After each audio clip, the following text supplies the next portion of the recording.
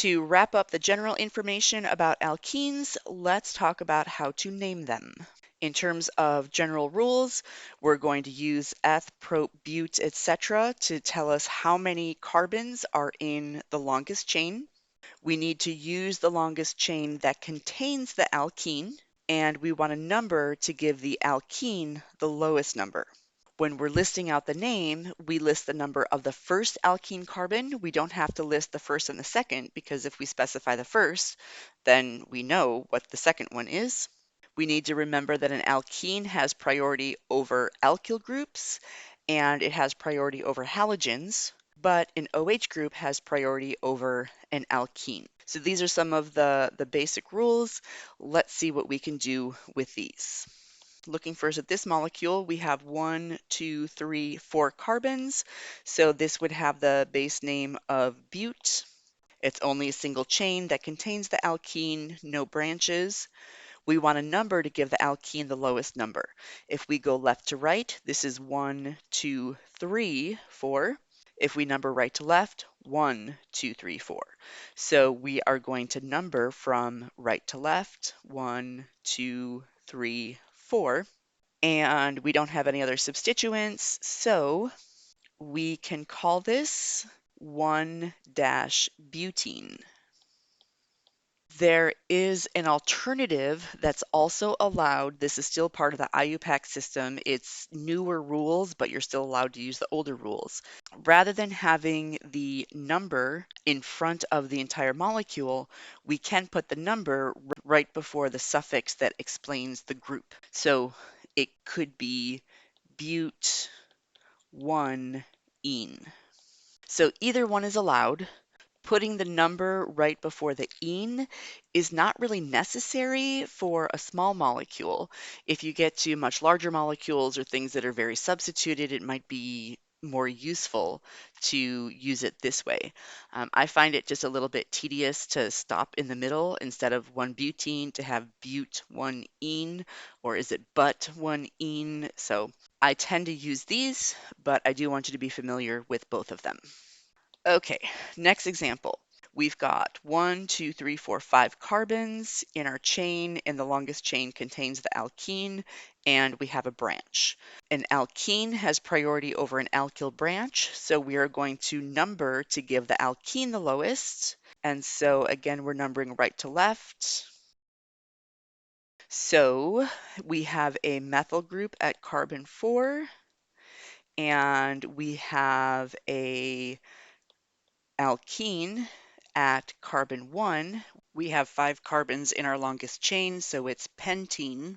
So when we put this all together, we have 4 methyl, 1 pentene.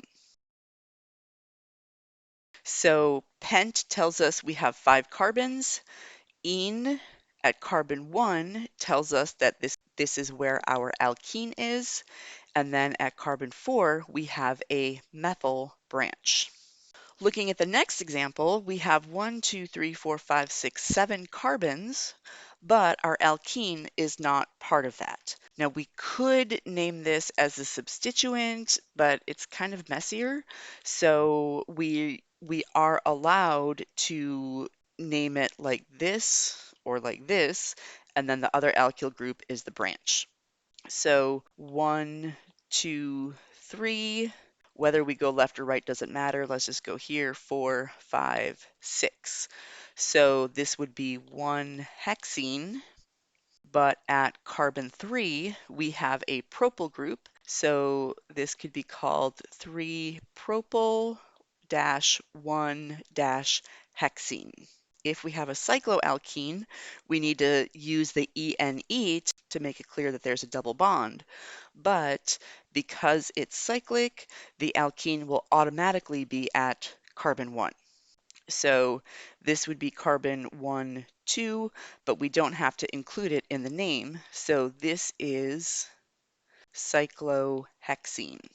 With our next example, our alkene has to be carbon 1 and 2, and then we want our methyl branch to be as low as possible as long as the alkene still has priority. So we would number it 1, 2, rather than 1, 2. And so this would be 1-methyl cyclohexene. We still don't have to include the number 1 to tell where the alkene is because it is assumed that it will be carbon 1.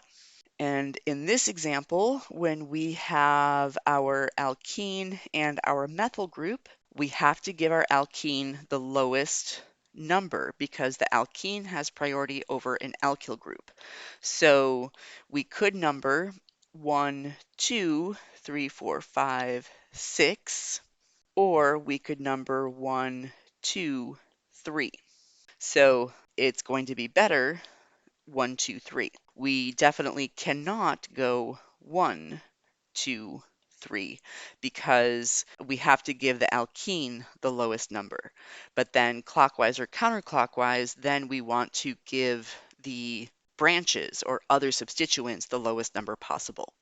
So we'll use the blue numbering, and so this will be 3-methyl cyclohexene. Oops, not enough space. Okay, 3-methyl cyclohexene. All right, next two examples are similar, except we have a bromine or an alcohol. We are going to number, this really was an accident to have all of these where we number from left to right.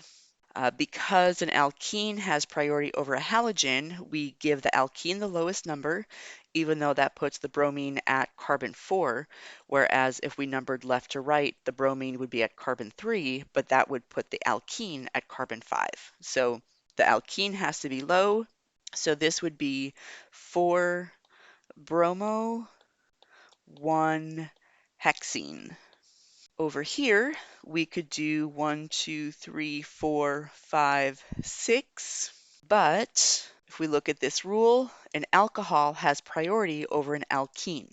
So numbering right to left, that gives our alcohol number 4. If we number left to right, our alcohol would be at number 3. So we need to number left to right. And so our alkene is at carbon 5. Our alcohol is at carbon 3. And then because the OH has priority over the alkene, it's being named as an alcohol, but it's actually going to be named as an alkene all.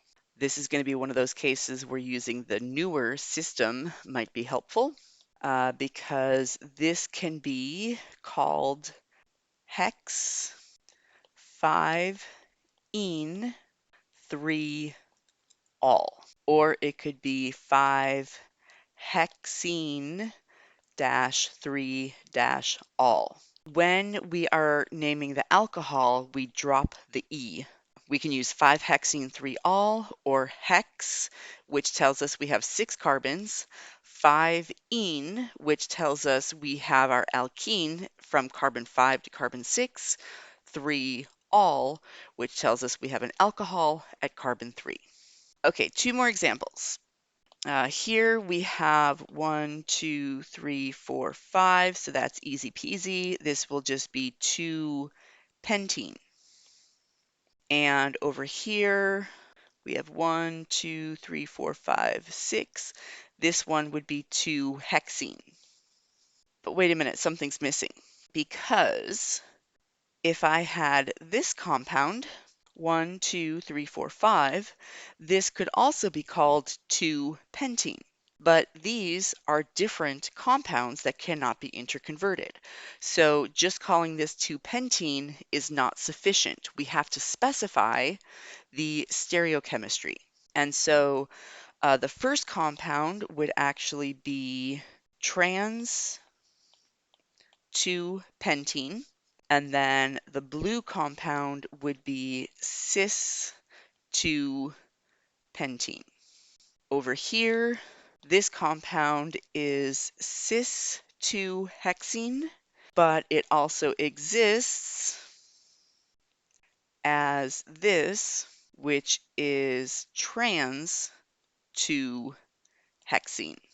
Notice with this compound, this can't exist as cis-trans isomers. This alkene carbon is connected to two different groups, an alkyl group and a hydrogen. This alkene carbon is connected to the same groups, a hydrogen and a hydrogen. This does not exist as cis-trans. Here, this alkene carbon is connected to an alkyl group and a hydrogen, two different groups. This alkene carbon is connected to a hydrogen and an alkyl group, two different groups. So for the possibility of cis-trans isomers, both alkene carbons have to be connected to two different groups. This alkene carbon is connected to one hydrogen, one alkyl group.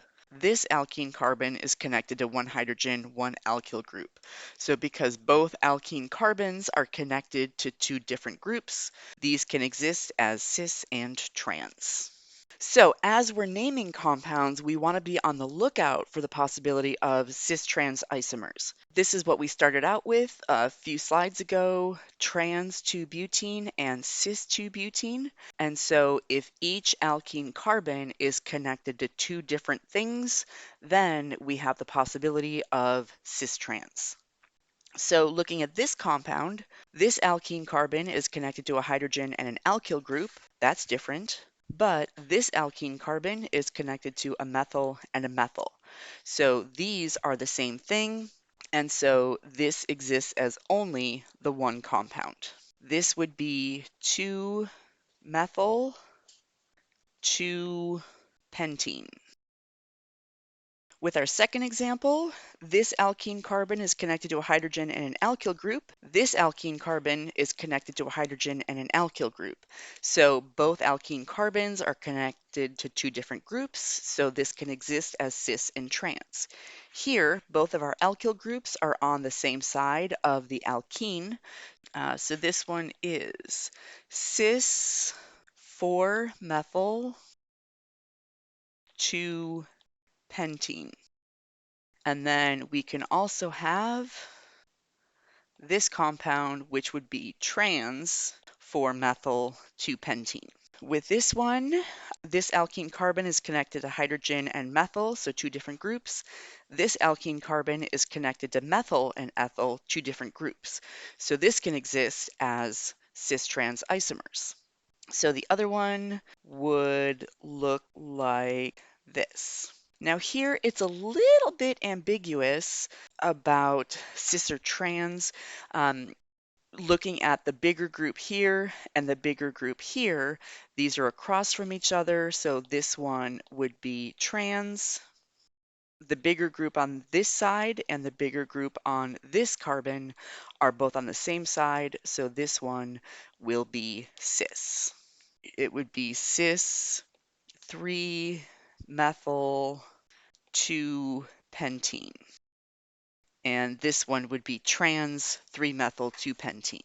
Looking at a couple other examples, so here our alkene carbon is connected to two hydrogens. This carbon is connected to two methyl groups, and so this one cannot exist as cis-trans. It's only one compound. So this compound would be 2-methyl propene. For this compound, this alkene carbon is connected to two different groups, but this alkene carbon is connected to two of the same groups. So there's only one of these. You could have a hydrogen and our chlorine. This compound would be 1-chloro 2-methyl propene. For our next alkene, the alkene carbon on the left is connected to two different groups. The alkene carbon on the right is connected to two different groups. So this one exists as cis-trans isomers. So we can have our hydrogen chlorine, hydrogen methyl, or we could have our hydrogen chlorine, methyl, hydrogen. And so this compound would be cis and this compound would be trans.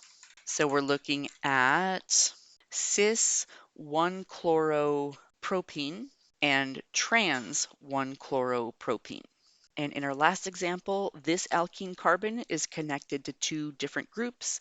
This alkene carbon is connected to two different groups. So there are two different versions of this compound. So we can have hydrogen fluorine chlorine and bromine, or we could have hydrogen, fluorine. Let's keep those the same, but let's switch bromine and chlorine. So these are different from each other, but how do we call these cis or trans? When our groups are too dissimilar, it's a little bit harder to use cis or trans.